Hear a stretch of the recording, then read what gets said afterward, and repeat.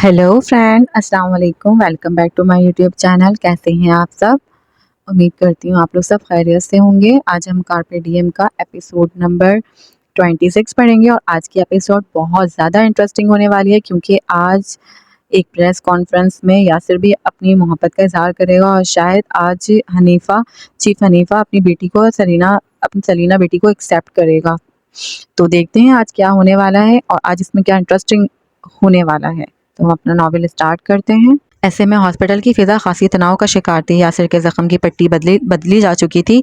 वो अब बिस्तर पर ऊंचा होकर बैठा हुआ था। हनीफा उसके मुकाबिल बड़जबान थे। एक जानिब दरवाजे के पास साहिर खड़ा था। जार और शेर दरवाजे के बाहर इस्तेदाद थे। वो अब मारमान के घर हैं और महफूज हैं। उसने साहिर की बात पर सर हिलाया था, फिर उसे आईब्रू से इशारा किया तो वो समझकर दरवाज़ा खोलता बाहर की जानिब बढ़ गया था। उसके सामने बैठे हनीफा ने फिक्रमंदी से सर दोनों हाथों में गिरा लिया था। मुझे समझ नहीं आ रहा कि मैं अपनी बच्ची की मदद कैसे करूँ इस सब में। मैं इतना बेबस तो कभी नहीं था। यासिर वो उन्हें चंद पल देखता रहा था, फिर मोबाइल की निगाहों के सामने किया। वाजिद की प्रेस कॉन्फ्रेंस को 3 घंटे गुजर चुके थे। हसन मुस्तफ़ा अब अपनी किसी कंपनी का इफ्तिताह करके हम गफीर से बाहर निकल रहे थे। उनके साथ इन्वेस्टर्स और सियासतदानों का एक रेला था। उसने निगाहें उठाकर सामने बड़जमान हनीफा को देखा और फिर वॉल्यूम फुल कर दिया। हनीफा उस आवाज़ पर बड़ी बुरी तरह चौंके। उन्होंने अपना मोबाइल भी निगाहों के सामने किया था। दरवाजे के बाहर इस्तेदा इन तीनों ने भी अपने अपने स्मार्टफोन निगाहों के सामने किए थे। अब वाजिद हसन और सरीना मजहर के मुतालिक क्या बयान देना चाहेंगे? सर, एक बाप होने के नाते आप वाजिद साहब के फैसले को कैसे देखते हैं? एक रिपोर्टर ने सवाल किया तो वो ठहरकर सुकून से पढ़ लेते। मैं इस रिश्ते से मुकब्बल दस्तबरदारी का ऐलान करता हूँ। मैं सरीना जैसी बड़ी शोहरत रखने वाली लड़की को हसन खानदान की बहू तस्लीम करने पर कभी राजी नहीं कर सकता। हनीफा को अपनी कनपटियां सुलगती हुई महसूस हो रही थी। उन्हें लगा जैसे वो दबाव से फटने के करीब हैं। उसने नजरें उठाकर उन्हें देखा। उसे उनकी हालत गैर होती महसूस हुई थी। जिस लड़की के असल बाप का इल्म नहीं होगा वो लड़की कैसी होगी? आप सब बाखूबी जानते हैं, कोई उसके असल बाप को नहीं जानता। कोई उसके जायज़ या नाजायज़ होने से वाकफियत नहीं रखता। मैं ऐसी शेडी लड़की को पहले भी और आज भी अपनी बहू तस्लीम करने से इनकार करता हूँ। वाज़े तौर पर, वाज़े अल्फाज में। यकदम ही रिपोर्टर्स में ऐसे बयान पर बिजली से दौड़ गई थी। मामला मज़ीद मसालेदार और दिलचस्प होता जा रहा था। हनीफा को लगा उनके हाथों से सब कुछ फिसलता जा रहा है। उनकी आंखें हसन की बात पर सुर्ख हुई थी। मोबाइल यकलख्ती उनके हाथ से फिसल कर नीचे गिरा था। ये एक बहुत बड़ा इंकिशाफ है कि आप वाकई सरीना मजहर के बाप की हैसियत को चैलेंज कर रहे हैं। और इस पहर हसन मुस्तफ़ा ने कैमरे की जानिब देखकर हल्का सा मुस्कुराकर कहा था, बिल्कुल, अगर उसका कोई बाप मौजूद है तो वो हमें आकर अपने वजूद से मुतला करे, और अगर सलीना का बाप मर चुका है तो हमें उसका डेथ सर्टिफिकेट दिखाए। लेकिन ऐसा कभी नहीं होगा। उसका बाप अगर इस हकीकत से पर्दा उठाना चाहता तो कई बरस पहले उठा चुका होता। दर हकीकत वो सलीना के अपने औलाद होने पर यकीनन पशीमान होगा। जब उसका अपना बाप उसे तस्लीम करने के लिए राजी नहीं तो मैं कैसे उसे अपनी बहू तस्लीम कर सकता हूँ भला? और उसी के साथ वो तेजी से आगे बढ़ गया था। बहुत सख्त बातें कही थी उस बूढ़े मकरू इंसान ने। यासिर ने बेतासुर चेहरे के साथ मोबाइल बंद करके साइड टेबल पर डाल दिया था। हनीफा के रुखसार पर उसने कई आंसू को गिरते हुए देखा था। हसन मुस्तफ़ा जानता है कि आप सलीना के बाप हैं? नहीं, उसने ठहरकर सवाल किया था। हनीफा ने हल्क से बहुत सी गिरे निकल कर चेहरा उठाया था। उनका चेहरा इस कदर घायल था कि हद नहीं। वो दोस्त था मेरा यहाँ। यासिर सरसा मुस्कुराया था। ऐसे घायल सिर्फ दोस्त ही कर सकते हैं। दुश्मनों को आप असल जख्मों तक रसाई नहीं हुआ करती। वो और मैं शगुफ्ता को पसंद करते थे। शगुफ्ता ने मुझसे शादी कर ली और वो मेरा दुश्मन बन गया। इसीलिए उसने सरीना को कभी अपनी बहू तस्लीम नहीं की, क्योंकि वो मेरी बेटी थी। सफ़ेद चेहरे के साथ कहा तो उसने हैरान हुए बगैर समझकर सर हिलाया था। अगले ही पल हनीफा उठ खड़े हुए थे। उन्हें लगा वो मज़ीद सांस नहीं ले सकते। अभी उनका हाथ दरवाजे के हैंडल तक ही गया था कि यासिर की सट सी खामोशी आवाज़ फिर ठहर गया। उसने कहा कि वो अपनी बेटी को तस्लीम करने की हिम्मत खुद में नहीं रखता, लेकिन जिस हनीफा को मैं जानता हूँ वो ऐसी हिम्मत रखता है। उन्होंने बिल्कुल आहिस्तगी से गर्दन उसकी जानिब फेरी थी। अस्पताल की खिड़की पर एकदम ही बारिश की मोटी मोटी बूंदें बरसने लगीं। वो दोनों बिल्कुल खामोशी से एक दूसरे को देखते रहे। जिस हनीफा को मैं जानता हूँ वो ऐसी हिम्मत रखता है। ठहर ठहर कर अल्फाज अदा किए। वो बिना पल के झुकाए उसे तक रहे थे और फिर वो एकदम ही दरवाज़ा खोलकर बाहर की जानिब बढ़ गए थे। साथ ही उन तीनों को भी आवाज़ें दी। वो तीनों हड़बड़ाकर उनके साथ बाहर भागे थे। हनीफा का चेहरा अटल था, सर सा अटल। उसने पीछे कनपटी को उंगली से सहलाया। सर में दर्द सा होने लगा था। शीशे पर मोटी मोटी बूंदें अब तक बरस रही थीं। एजेंसी पहुंचकर उन्होंने तेजी से हिदायत दी। कैमरा, मीडिया, फ्लैश लाइट्स, तमाम इंतजाम मुकम्मल हो रहे थे। सलमान ने उन्हें एक नज़र देखा, फिर कहनी से थामकर उन्हें अपनी जानिब घुमाया। क्या तुम वाकई ऐसा करना चाहते हो? फिक्रमंद थे। हनीफा ने सफ़ेद चेहरे के साथ उनसे अपनी कहनी छुड़ाई और फिर सर हिलाया। वो फैसला कर चुके थे। इसी पल यासिर ने अरमान को फ़ोन मिलाया। वो अब तक खिड़की पर बरसती बूंदों को देख रहा था। अरमान ने फ़ोन उठा लिया। दूसरे जाने वो सब भी मुस्तफ़ा की मीडिया से गुफ्तगू सुन चुके थे। ग्लैमर एजेंसी का चैनल लगाओ, चीफ हनीफा प्रेस कॉन्फ्रेंस कर रहे हैं। उसकी आवाज़ में कुछ ऐसा था कि वो कहे बगैर चैनल तब्दील कर गया था। लॉन्ज में बरजमान गूंग अफराद ने चौंक कर स्क्रीन की जानिब देखा। डाइस के पीछे चीफ हनीफा खड़ा था। अब वो माइक्स की कतार के करीब अपने चेहरा किए कुछ कह रहे थे। मैं हूँ चीफ हनीफा मजहर, ग्लैमर एजेंसी के सिक्योरिटी सिस्टम का डायरेक्टर चीफ। सरीना मजहर का बाप हनीफा मजहर।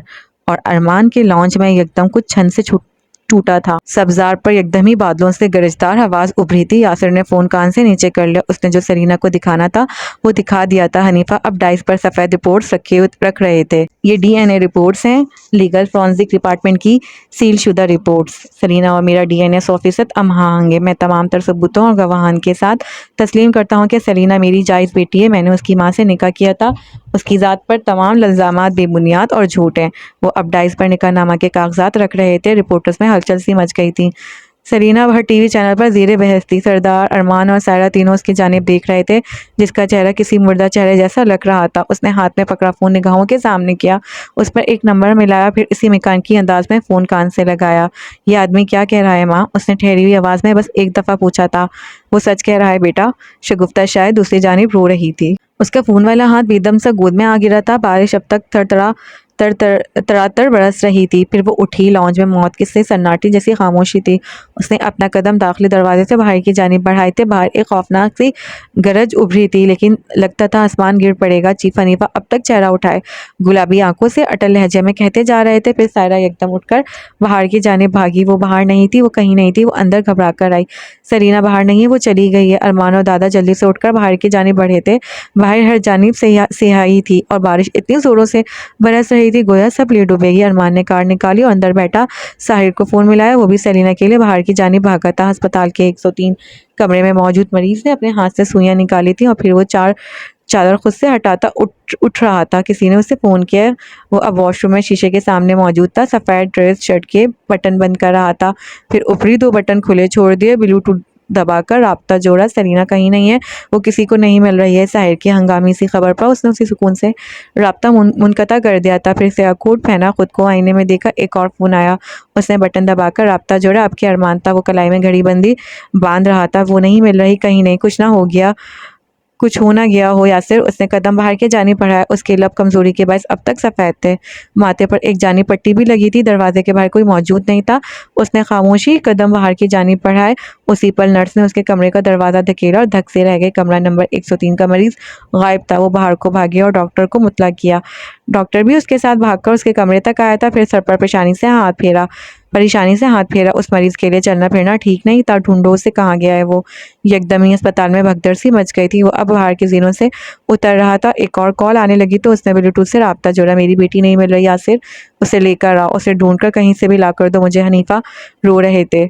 मैं उसे ला रहा हूँ, मैंने कहा और फिर बटन दबाया। राब्ता कट गया था। वो कदम कदम उस तड़तड़ातर बरसती बारिश में आगे ही आगे बढ़ रहा था। वो जाने किस सिमत जा रही थी। सब जैसे धुंधला गया था। आसमान से बरसती बारिश ने उसके सामने हर शय को धुंधला दिया था। वो सौगवार निगाहें लिए चलती रही। आंसू भी बारिश के साथ बहते जा रहे थे।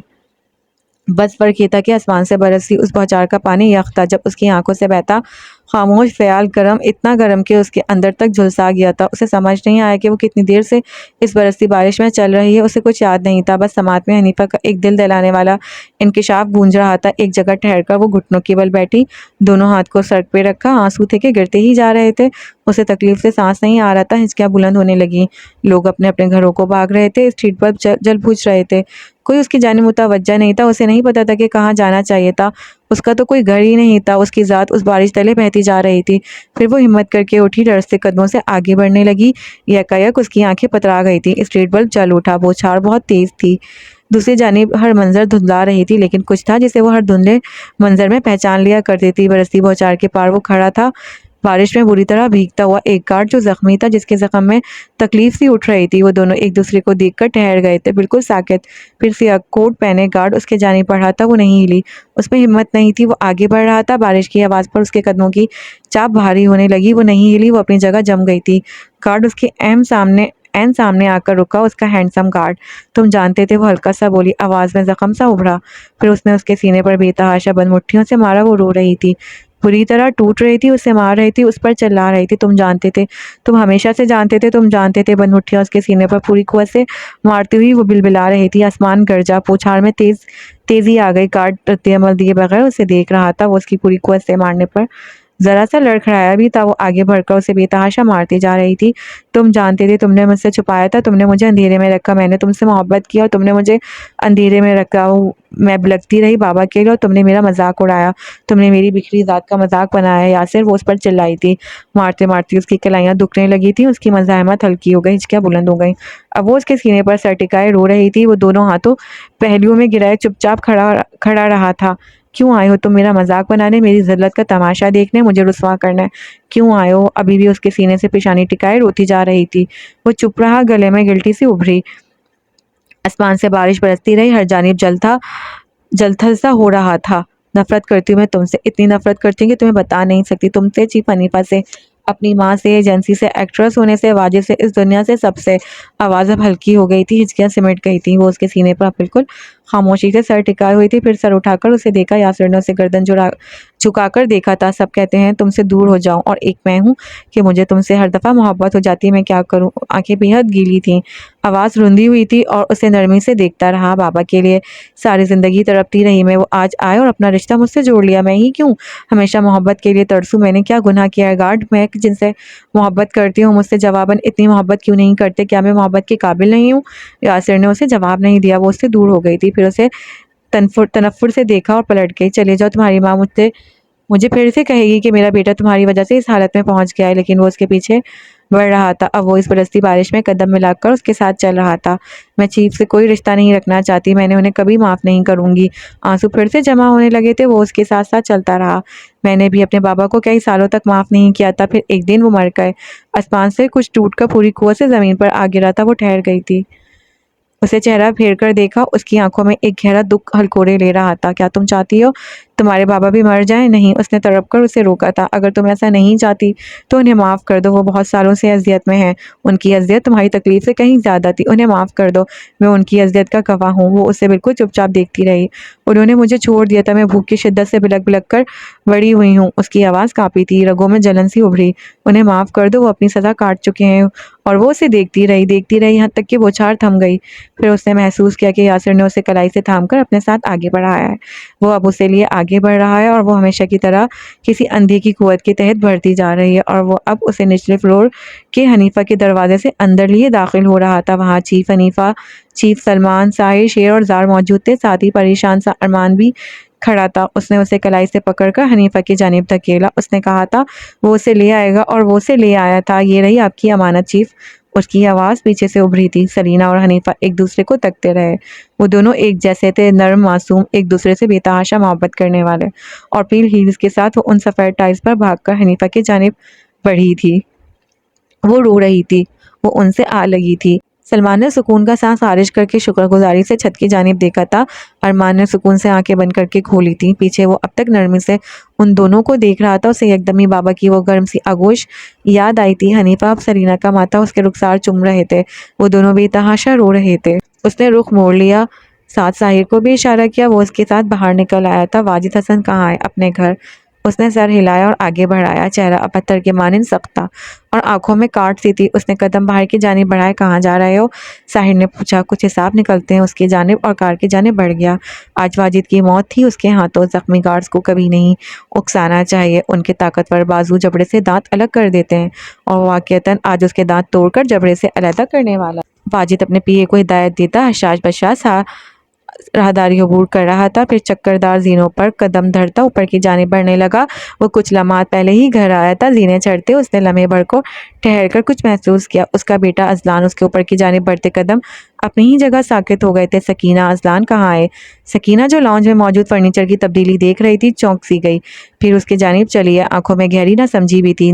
मारिया मैडम ले गई अजलान बाबा को, तो उन्होंने मुझे कहा कि वो आपको बता चुकी हैं। मैंने उसने उस कोफ सी उफ आंखें बंद की थी। उसने कोफ से उफ आंखें बंद की थी। फिर बेजारिया से हाथ झिलाकर उसे जाने का इशारा किया तो वो मुअद्दब सी पलट गई। उसने मोबाइल निगाहों के सामने किया और फिर किसी का नंबर मिलाता ऊपर बढ़ने लगा। बशाश सा तासुर अब के सिमट गया था। उसे अब गुस्सा आ रहा था। स्टडी तक आकर उसने सूटकेस एक जानिब सोफे पर फेंका और बालों में बेचैनी से उंगलियां चलाता वहीं इस्तेदा रहा। फिर मोबाइल कान से हटाकर उसे भी सोफे पर पटका। मारिया यकीनन उसका फ़ोन नहीं उठा रही थी। उसे अब मारिया से बात करनी भी नहीं थी। वो अब सीधा अपने वकील से बात करने वाला था। उसे अपना बेटा किसी भी सूरत वापस चाहिए था। कुछ पल बाद वो फ्रेश होकर स्टडी के दरमियान टेबल की जानिब चला आया था। उसने मोबाइल उठाकर देखा सेलिना की एक भी कॉल मौजूद नहीं थी। उसे हैरत हुई। अब तक तो उसे कोई ना कोई जारिहाना सा रद्द-ए-अमल दे देना चाहिए था, लेकिन वो अजीब तरह से खामोश थी। उसे अब उसकी खामोशी चुभ रही थी। उसी पल कोई फर्नीचर की तब्दीली के साथ ही उसके घर में दाखिल हुआ था। सिक्योरिटी गार्ड ने उसे पूछगछ के लिए रोका तो जाने उसने क्या कहकर उसे पीछे हटने पर मजबूर कर दिया। फिर वो बिना तासुर के चेहरा लिए आगे बढ़ता गया। मसरूफ से मुलाजमिन में से किसी एक को रोककर उसके बारे में पूछा। सिक्योरिटी के बाद किसी ने भी उनसे पूछगछ नहीं की थी। मुलाजमिन कामों में खासे मसरूफ थे। कोई भी उसके जानिब मुतवज्जा नहीं था। वो आगे बढ़ आया, फिर बिना रुके जीने चढ़ता गया। लब अब तक सफ़ेद थे, माथे पर मौजूद पट्टी जाने कहाँ बह गई थी। उसके आईब्रो के पास अब एक छोटा सा कट नजर आ रहा था। वो ऊपर चढ़ने लगा। फिर उसने स्टडी का दरवाज़ा धकेला और अंदर चला आया। वाजिद ने दरवाज़ा खुलने की आवाज़ पर महज सर उठाकर देखा था, लेकिन वो सर नहीं झुका सका। वो उसे उस समय यहाँ देखने की तवक्को नहीं कर रहा था। यासिर आगे बढ़ आया। आसपास निगाह घुमाई। एक गोल सी लंबी बास्केट में हॉकी स्टिक्स रखी थी। उसने हाथ बढ़ाकर एक स्टिक उठाई और फिर एक नज़र साकित वाजिद पर डाली। तुम अंदर कैसे आए? उसने जवाब नहीं दिया। आगे बढ़कर स्टिक पूरी कुव्वत से उसके जबड़े पर मारी थी। कमरा इंसानी चीख से गूंज उठा। वो कुर्सी से लड़क कर बुरी तरह जमीन पर गिरा था। वो उन्हीं खामोशी नकूश के साथ अब उसे गिरेबान से घसीट कर सीधा कर रहा था। फिर स्टिक एक जानिब फेंक दी और उसे पूरी कुव्वत से जबड़े पर सख्त सा मुक्का मारा। पंच इतना हौलनाक था कि वाजिद को अपनी रूह परवास होती हुई महसूस हुई। उसका मुंह खून से भर गया था। वो उठा और उसे भी अपने साथ उठाया। वाजिद लड़खड़ा रहा था। उसने अगले ही पल दीवार में दे मारा था। वाजिद दीवार से टकराकर जमीन पर आ गिरा था। यासिर भी झुका। उसका जख्म खुल गया था। सफ़ेद ड्रेस शर्ट पर खून उभरने लगे। उसने जख्म पर हाथ रखा। रगों में सुइयां चुभने जैसी तकलीफ होने लगी थी। वाजिद अब करहा रहा था। उसकी शक्ल बिगड़ चुकी थी और हालत गैर हो रही थी। वो सीधा हुआ और फिर उसे गिरेबान से जकड़ा। उसकी आंखों में अपनी सुरमई सुपाट आंखें गाड़ी। सिर्फ एक दफ़ा पूछूंगा। वाजिद अब गहरे गहरे सांस लेता उससे बंद होती आंखों के साथ देख रहा था। उस रास एजेंसी में तुम थे या फिर सेलिना पर हमला करने वाले, क्या वो तुम थे? वाजिद की आंखों में ना समझी सी उतरी। यासिर ने उसका फटा होंठ दबाया तो वो बिलबिलाया। बता रहा हूँ खुदा, उस रात एजेंसी में तुम थे या फिर सेलिना पर हमला करने वाले, क्या वो तुम थे? वाजिद की आंखों में ना समझी सी उतरी। यासिर ने उसका फटा होंठ दबाया तो वो बिलबिलाया। बता रहा हूँ खुदा के लिए, बताओ क्या उन सब के पीछे तुम हो? नहीं, मैं नहीं हूँ। मुझे सिर्फ सेलिना चाहिए। वो एक पल को बिल्कुल ठहर कर उसे देख रहा था। वो झूठ नहीं बोल रहा था। उसका अंदाज झूठ बोलने वाला नहीं था। उसने उसके बालों को जकड़ कर चेहरा ऊंचा किया तो वो चीखा। दर्द बेतहाशा होने लगा था। क्या मुईद हसन तुम्हारा भाई है? हाँ, सौतेला भाई है। कैसा ताल्लुक है उसका तुम्हारे साथ? हम दोनों एक दूसरे को शदीद नापसंद करते हैं। उसकी जहनी हालत कैसी है? और अब के वो चौंका था। आंखें पूरी खोल कर उसे देखा। यासिर ने उसका चेहरा ठोड़ी से पकड़कर दीवार से सर लगाया था। उसके मुंह से गड़गड़ की आवाज़ें आने लगीं। जख्मी लब और जबड़े अब के दर्द से फटने के करीब थे। वो साइकियाट्रिस्ट है। उसकी जहनी हालत ठीक ही होगी। क्या उसे ओसीडी लाहिक है? वाजिद के मुज़ाहमत करते हाथ पैर रुक गए थे। यासिर ने उसकी बेसाख्ता साकित हुई मुज़ाहमत को बगौर देखा था। नहीं नहीं, उसे ओसीडी नहीं है। क्या तुम्हारे ख़ानदान में किसी और को ओसीडी लाहिक है? नहीं। कुछ देर उसे ठोड़ी से जकड़े रहने के बाद तो वो उसे झटका देता उठ गया था। उसका तो मुंह ही टेढ़ा हो गया था। वो अब दर्द करते मुंह को बामुश्किल जगह पर लाने की कोशिश कर रहा था। ये तो तय था कि वो अगले कई दिनों तक कुछ ढंग से खा नहीं सकेगा और जब भी खाएगा उसे यासिर याद आएगा। ये इसलिए था क्योंकि तुमने उसे सारी जिल्लत में बगैर उसकी इजाज़त के घसीटा था। आइंदा अगर तुमने अपने गटर जैसे मुंह से उसका नाम लेने की कोशिश भी की तो मैं तुम्हारे सारे दांत प्लास से उखाड़ कर निकाल दूंगा वाजिद। और तुम मुझे अभी जानते नहीं हो क्योंकि मैं ऐसा ही करूंगा। वो पलटने ही लगा था कि ठहर गया। वो मुझसे मोहब्बत करती है, हमेशा से पसंद करती थी। वो मुझे कभी मुझसे पीछे नहीं हट सकती। वो गलतफहमी का शिकार है, मुझे पता है। वो मेरे पास लौट कर ज़रूर आएगी। वाजिद की लड़खड़ाती आवाज़ पर वो ठहरा रहा। वो तुमसे मोहब्बत नहीं करती, हल्का सा कहा। वाजिद ने चौंक कर चेहरा उठाया था। फिर चुपती आंखों से उसकी पुछ देखी। अच्छा, फिर किससे मोहब्बत करती है वो? अंदाज मुज़ाहिका खेज था। वो आहिस्ता से पलटा था, फिर आगे बढ़कर उसके पेट पर जोरदार लात मारी। वो कराहकर ज़मीन पर लौटने लगा था। एक जहर आलूद निगाह उस पर डाली और बाहर की जानिब बढ़ गया। उसका फ़ोन मुसलसल बज रहा था। ज़ीनों से उतरते हुए उसने फ़ोन कान से लगाया। अरमान की फ़िक्रमंदी सी आवाज़ उभरी थी, कहाँ हो तुम? ज़ख्मी हो? फ़ौरन वापस आओ, मैं अपने अपार्टमेंट जा रहा हूँ, कोई ज़रूरत नहीं है। मैं सबको अपने घर ले आया हूँ, तुम्हें केयर की ज़रूरत है, इसीलिए शराफत से यहाँ आ जाओ। अरमान ने अपना ख्याल रख सकता हूँ अबे, लेकिन वो उसका फ़ोन रख चुका था। फिर अपनी कार की जानिब बढ़ाया। अरमान के घर का लॉन्च उस समय रोशन था। हनीफा और सलीना एक सोफे पर बरजमान थे। दादा उनके मुकाबिल बैठे थे। सायरा दूसरे सोफे पर बैठी थी और चीफ सलमान दिलचस्पी से सरदार की कोई बात सुन रहे थे। बाबा वो नहीं आ रहा, अरमान ने आकर यकदम कहा तो सब चौंके। यकबारगी गर्दनें उसकी जानिब घूमी। उसने बाबा किसको कहा था? सलमान और उसने यकदम एक दूसरे की जानिब देखा। फिर हनीफा हंसती है। सवालिया निगाहों का जवाब देने का वक्त आ गया था। ये जो सीनियर चीफ है ना एजेंसी का, ये इस हैंडसम जासूस के वालिद मोहतरम है। सलीना और सायरा का मुंह खुल गया था। ये जो सीनियर चीफ है ना एजेंसी के, ये इस हैंडसम जासूस के वालिद मोहतरम है। सलीना और सायरा का मुंह खुल गया था। बाकी सब इस इंकिशाफ का असर लिए बगैर बरजमान रहे। उन्हें इस बात का इल्म था, यहाँ तक कि सरदार को भी। क्या सायरा ने सबसे पहले टांग से टांग हटाई थी? उसके मोतजिब नकूश काबिले दीद थे। जी हाँ, एजेंसी में किसी को नहीं मालूम। अरमान को अक्सर एजेंसी के केसेस पर काम करना पड़ता है। ऐसे में उसे सलमान से बतौर डिटेक्टिव बात करनी होती है। अगर इन दोनों का ताल्लुक वाज़ा कर दिया जाए तो सब समझेंगे कि बाप अपने बेटे को बिलावजह फेवर्स देता रहता है। इस ताल्लुक को फॉर्मल रखने के लिए ही ऐसा किया गया है। अब अरमान जब भी एजेंसी आता है तो हम कहते हैं कि वो मेरा यानी चीफ हनीफा का दूर का जानने वाला है। उनके मुस्कुराकर कहने पर अरमान हंस दिया। फिर हनीफा के बराबर आ बैठा। एक महफूज सी निगाह हैरान बैठी सायरा पर डाली। दादा आप भी जानते थे? सलीना का हैरान सा इफ्तिसार उभरा तो सरदार उदासी से मुस्कुराए। बारी बारी हनीफा और सलमान पर निगाह डाली। ये दोनों मेरे इकलौते बेटे के दोस्त थे, मैं उन्हें कैसे नहीं जान सकता था? सलीना ने मुस्कुराकर हनीफा की जानिब देखा था। उसकी आंखें रुखसार और नाक रोने के बायस गुलाबी से हो रहे थे, लेकिन फिर भी उसकी मुस्कुराहट में आसूदगी सी थी। ऐसी आसूदगी जो किसी शय की तवील तलाश के बाद इंसान को मैसर आई हो। वैसे ऐसा करने के लिए भी मुझे बाबा ने ही कहा था। कितने संगदिल हैं ये। उन्हीं के मशवरे पर मैंने किसी को अस्पताल के बाहर प्रपोज कर दिया और अब मुझे शरीफ आने पर राजी नहीं है। अरमान ने कमाल मासूमियत से कहा था। उस बार सब चौंके थे सिवाय सायरा के। उसने बस जज्बुस होकर पहलू बदला था। सलमान सीधे हो बैठे। किसको प्रपोज कर दिया तुमने?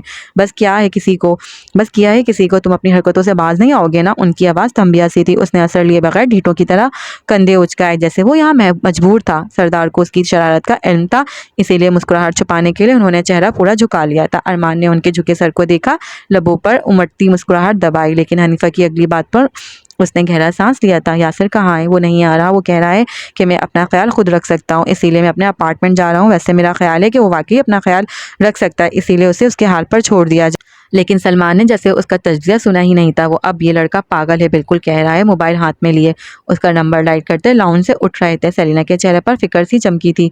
हनीफा से तवज्जो भटकी तो यासिर का सफ़ेद मुजम्मल सा चेहरा निगाहों के सामने आया। कितना मारा था उसने उसे? वो बीमार था यार, वो जख्मी था। उसने कराहकर अपने सर दोनों हाथों में गिराया तो सब चौंके। क्या हुआ?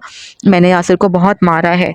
मुनमुनाती सी आवाज़ सबने बखूबी सुनी थी। हनीफा और सरदार के चेहरों पर नासमझी सी उभरी, जबकि अरमान ने मुस्कुराहट दबाकर कमाल महारत से मुंह पर हाथ रख लिया था। उसे मारा है? मतलब कैसे मारा है? तुम्हें लगता है तुम उसे मार सकती हो, वो भी उस जिसामत के साथ? हनीफा वाक़ियतन जानना चाहते थे। अरमान का कहका बहुत बेसाख्ता था। सलीना ने चेहरा उठाया, वो अपसेट लग रही थी।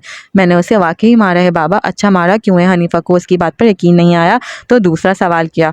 उसने गुलाबी चेहरे के साथ सायरा की जानिब देखा जो निगाहों में से कुछ भी न कहने से बाज रहने की तंबिया कर रही थी। उसने थूक निकला। सब उसे ही देख रहे थे। अब पहलू तय करने का कोई जवाब नहीं था उसके पास। वो जानता था कि अब आप मेरे बाबा हैं और उसने मुझसे ये छुपाया था। मुझे उस पर बहुत गुस्सा था, इसीलिए मैंने ऐसा रिएक्ट किया। उसके जवाब पर हनीफा ने एक ठंडी सी सांस ली थी। उसे ऐसा करने के लिए मैंने ही कहा था बेटा। वो तो हमेशा से चाहता था कि मैं तुम्हारे और अपने ताल्लुक को तमाम लोगों के सामने तस्लीम करूँ। हमारे दरमियान उस मौजू पर बहुत दफ़ा तलक कलामी भी हो चुकी है।